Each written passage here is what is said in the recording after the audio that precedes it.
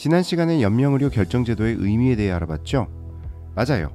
연명치료란 치료 효과 없이 임종 과정의 기간을 연장하는 의료 행위를 의미하고, 연명의료 결정제도는 이러한 연명치료를 환자의 의사에 따라 중단하는 것을 법으로 보장하는 제도입니다. 지난 시간에 연명의료 결정제도의 탄생 배경이 되는 두 가지 사건이 있었다고 말씀드렸죠? 오늘은 바로 그 두 가지 사건, 1997년 보람의 병원 사건과 2008년 김할머니 사건에 대해 알아보겠습니다.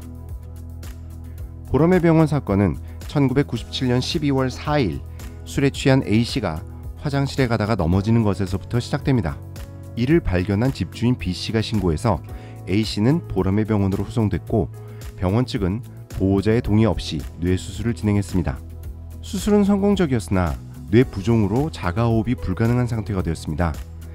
다음날 연락을 받고 내원한 A씨의 보호자 아내 C씨는 걷잡을 수 없이 불어난 병원비의 부담을 느껴 병원 측의 남편 A씨의 퇴원을 요구하게 됩니다. 당시 병원에서는 지금 퇴원하면 A씨는 가망이 없다는 사실을 몇 번이고 안내했으나 아내 C씨는 보호자의 동의 없이 수술을 진행했다는 점과 이미 발생한 260만 원의 병원비를 부담할 능력이 없다는 이유로 재차 퇴원을 요구합니다.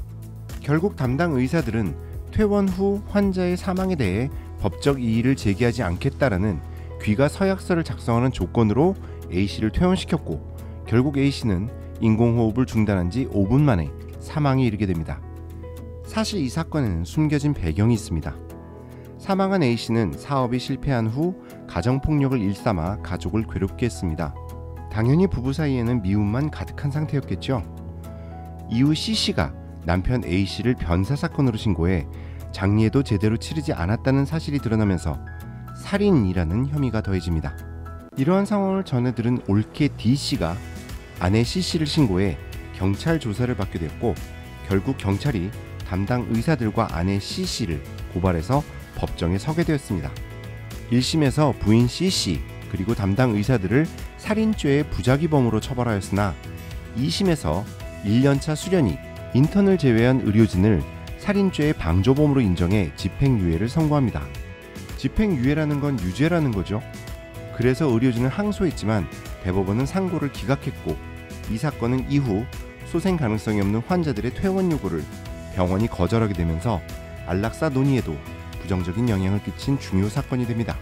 이런 판례가 생기자 연명치료 중인 환자들의 퇴원은 더욱 어렵게 됩니다. 그러나 이런 분위기는 10년 후에 발생한 김할머니 사건 이후로 반전됩니다.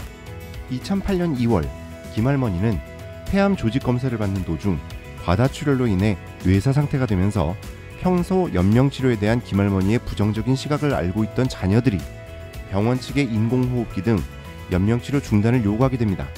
하지만 보람의 사건 이후라 해당 병원도 자녀들의 연명치료 중단 요구를 거절하게 되죠. 김할머니 가족들은 연명치료 중단 소송을 진행하게 되었고, 결국 대법원은 회복 불가능한 단계에 이른 환자가 인간으로서의 존엄과 가치 추구 및 행복 추구권에 기초하여 자기 결정권을 행사하는 것으로 인정되는 경우에는 특별한 사정이 없는 한 연명치료의 중단이 허용될 수 있다고 판결해 국내에서는 최초로 존엄사를 인정하는 판례가 되었습니다. 결국 대법원 판결 후 김할머니는 인공호흡기를 떼어내게 되었고, 2010년 1월 10일 김할머니는 사망하시게 됩니다.